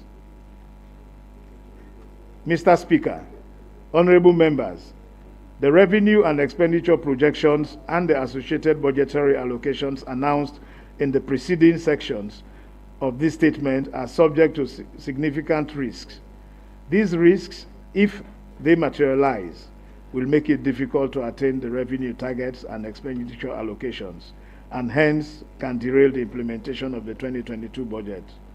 Tough decisions may be required to keep the economy on an even keel. Mr. Speaker, The first surge of COVID-19 cases will put tremendous pressure on the budget. The associated restrictive measures will depress economic activities and undermine domestic revenue collection. The need to respond to the spread of the disease in terms of surveillance, testing, quarantine, and treatment will increase government expenditure above budgeted levels and crowd out other priority spending. The most effective mitigating measure is to scale up vaccine uptake. Second, the continued rise in international fuel and food prices present another risk to the implementation of the budget. The continuous rise in energy and imported food prices could further increase government expenditure. At the same time, the rise in fuel prices can undermine domestic revenue collection if domestic fuel pump prices are not adjusted in line with changes in the international oil prices. Otherwise, government will continue under substantial pressure in terms of available resources and allocations. Such pressure will make it difficult to fund priority programs. Third, the gradual fall in price of iron ore could result in loss of royalties. Fourth, the delay in non-implementation of triggers or reforms agreed with development partners could delay the disbursement of budget support. Lastly, the occurrence of natural disasters will derail budget implementation as resources will be reallocated to respond to the events, thereby crowding out other priority expenditures. Mr. Speaker, honorable members, let me conclude. As we aim to consolidate our gains, complete on ongoing projects, sustain macroeconomic stability with a focus on debt sustainability over the medium term, support commercial farming, improve the skills of our youths, continue to improve the health of our people, accelerate the deployment of COVID-19 vaccinations, invest in digital technology, and provide supportive environment for private sector to thrive. Mr. Speaker, honorable members, despite the enormous difficulties and challenges we face, we are confident that with the resilience of our people, the implementation of policies, programs, projects I have announced today will impact significantly and make a difference in the lives of our people. In concluding this statement, I have the singular honor to thank His Excellency the President, Dr. Julius Maada Bio, for steering the affairs of the state during these uncertain and challenging times. His guidance during the meeting of the economic management team and cabinet has been very useful. To the Vice President, Dr. Mohamed Jul Ejalo, who launched the budget policy hearing and maintains regular contacts with the Ministry of Finance on various issues, I say thank you very much. I would like to thank the Chief Minister and other cabinet colleagues for their collaboration and support in preparing this budget. The Ministry of Finance will endeavor to improve the predictability of the release of quarterly allocations to MDAs as fiscal situation improves. Mr. Speaker, honorable members, I wish to express my sincere gratitude to the two Deputy Ministers of Finance for their support in fiscal and economic management, especially during this pandemic. I would also like to thank the Financial Secretary, the Principal Deputy Financial Secretary and Chief Economist, the Director of Budget, and all directors and staff of the Ministry of Finance for their support in designing and implementing economic policies and programs, including this policy statement. Mr. Speaker, honorable members, I specifically want to thank the Minister of Development, Development Secretary, and staff of the Ministry of Planning and Economic Development for their contribution in preparing the capital budget. The contribution of the technical leadership and team of all MDAs cannot be overemphasized. I also want to thank the Governor, Deputy Governors, management and staff of the Bank of Sierra Leone for their continued policy coordination in support government's economic recovery program. Also, I want to thank the Commissioner General and staff of the National Revenue Authority. They deserve special commendations for their continued efforts in the mobilization of revenue. I also wish to acknowledge the role of the Attorney General and Minister of Justice, the Solicitor General, the staff of the law officers, Department for the facilitation and finalization of various bills and statutory instruments required for the effective management of our natural and public financial resources. Mr. Speaker, honorable members, I would like to commend the House of Parliament, including your good self, the clerk and his staff, for the usual bipartisan manner in handling economic management matters brought to this noble House for consideration, approval, and ratification. I'm confident that this budget will be accorded similar treatment. Mr. Speaker, my appreciation also goes to the non-state actors, including Budget Advocacy Network, BAN, Invest Alone, District Budget Oversight Committees, civil society organizations, and members of the electronic and print media who participated in our bilateral budget discussions and regularly monitor, engage with reports on activities of the ministry. Mr. Speaker, honorable members, I would also like to thank, not only recognize, but also express my profound gratitude and appreciation to our development partners, especially the IMF, the World Bank, the EU, the ADB, the Foreign Commonwealth Development Office of the UK government, ECOWAS Bank for Investment and Development, EBID, the Islamic Development Bank, Turkey, United Arab Emirates, the USA, Japan, China, India, Ireland, Canada, and the UN family for their unflinching support, even though they are also battling with their own effects of COVID-19. Mr. Speaker, I also wish to acknowledge the role of the international and local NGOs in complementing the efforts of development activities in government in the key sectors. The activities of the Catholic Relief Service, CRS, World Vision, Oxfam, Care International, Plan International, MSF, ACF, Partners in Health, USAID, the Education for Health, water and sanitation, agriculture, and governance sectors are duly recognized and appreciated.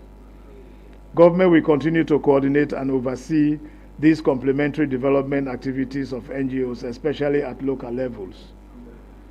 As usual, the government printer and staff rose to the occasion and printed the budget statement and estimates on time. This is very critical for the next stage of this process. Your untiring efforts are appreciated.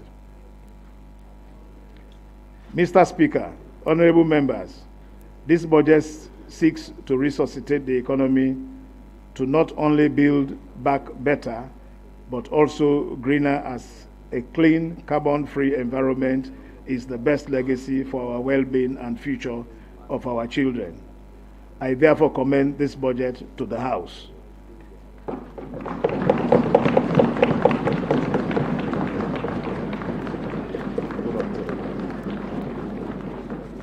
Which one? This? Mr. Speaker, honorable members, I move that the bill entitled the Appropriation Act 2022 be read the first time.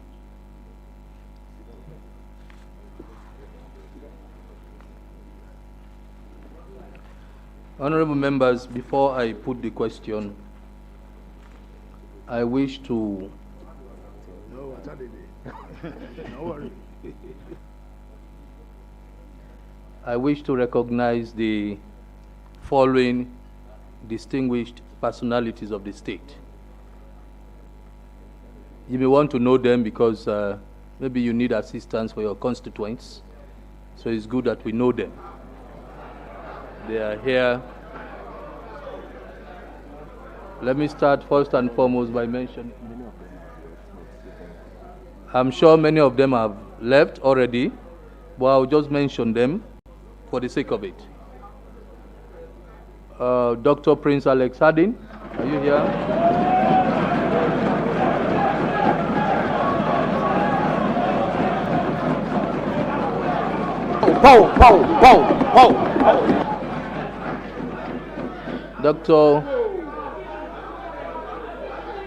Dr. Prince Alex Harding.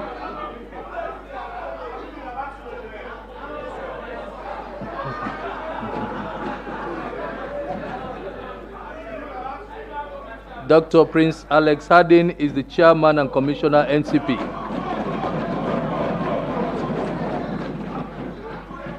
And of course, chairman of SAPP. Alaji Kanja ICC, Kanja Sise, okay, he's left. He's the Minister of Energy. Dr. Francis M. Kakai, is he here? He's the Minister of Planning and Economic Development. Mr. Sheku Fantamadi Bangura, Deputy Minister of Finance 2, and also Chairman NACOVAC. Mr. Sir El Jusu, the Financial Secretary.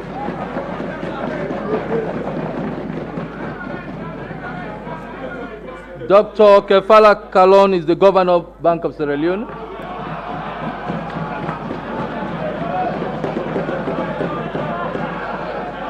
Dr. Ibrahim Stevens, First Deputy Governor, Dr. Ibrahim Stevens.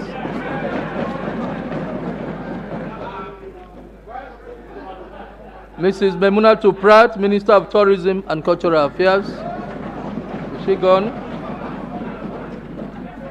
Mr. Mohamed Gondo, Deputy Director General, NASIT.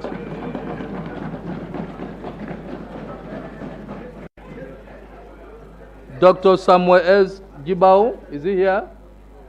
He's gone. Commissioner, NRA. Ambassador Mohamed Yangau, is he here? Yangau. Please stand up when your name is mentioned. Please stand up. Mohamed E.K. Ali, the Minister of State, South.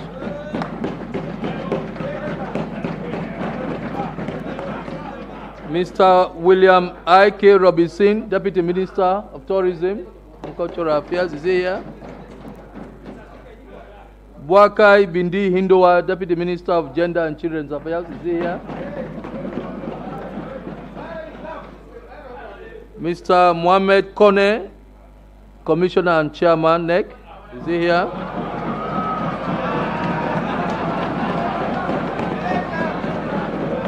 Mr. Ambrose James, is Mr. Ambrose James here? Director NAO. Mr. Mohamed Kalon, CEO RMFA. Mr. Ismon Ngakwi, Director of Public Prosecutions, is he here?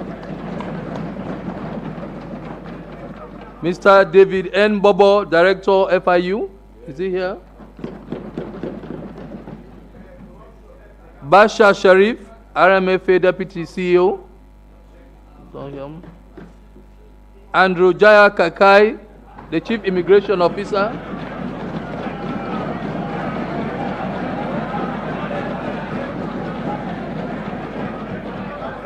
Peter Sampakra, Development Secretary.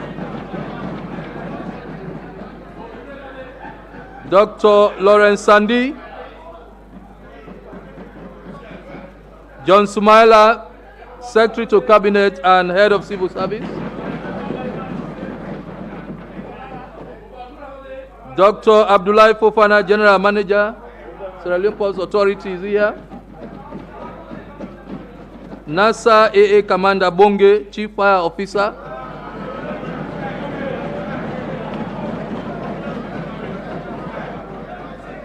Mariatu E. Kaikai, Sierra Leone Red Cross, is she here? Okay. Shaka Samuel Sano, CEO, SMIDA. Mr. D.S. McFoy, Deputy DG, Ministry of Defense. And finally, Mr. Abdul Aziz, Acting Auditor General.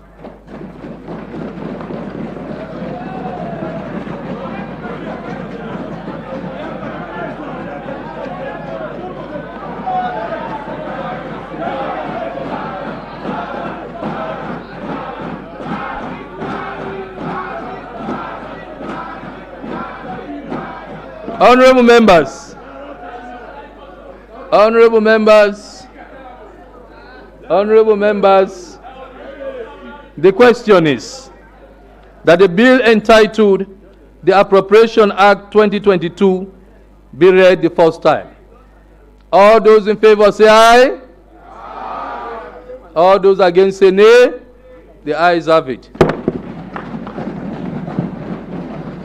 The bill entitled the Appropriation Act 2022 has been read the first time. Yes, Mr. Leader.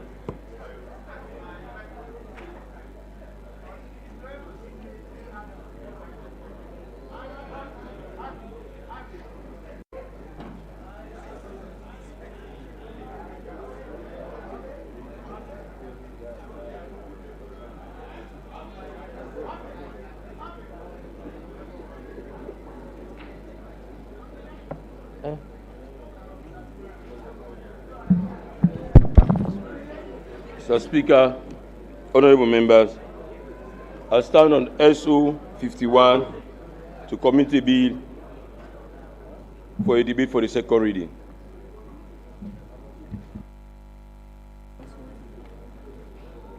Okay.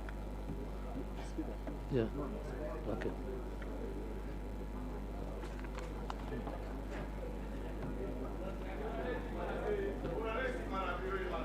Any announcements? Wednesday?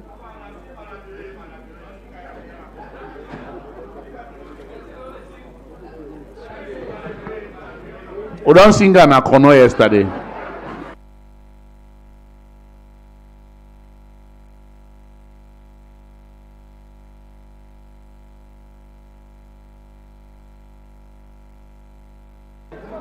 Honorable members, this sitting is adjourned to Wednesday, the 24th November 2021.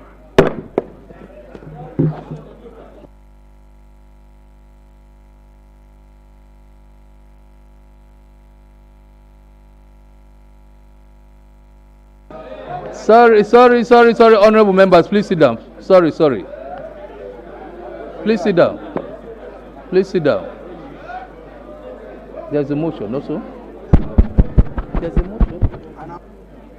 There is a motion on floor. Any seconder? Mr. Speaker, honorable members, I so second. I second the motion. All those in favor say aye. Aye. Those against say nay. The ayes have it. This sitting is adjourned to. You didn't have announcement? No. Okay, pronounce it here. Pursuant to Standing Orders 51, the appropriation bill has been committed to the second reading. I have just been informed, honorable members, that there is lunch for honorable members. Contact the leader of government business for further details. The sitting is adjourned to Wednesday next week, 24th November 2021 at 10 a.m. I'm not going to join them, man. Then.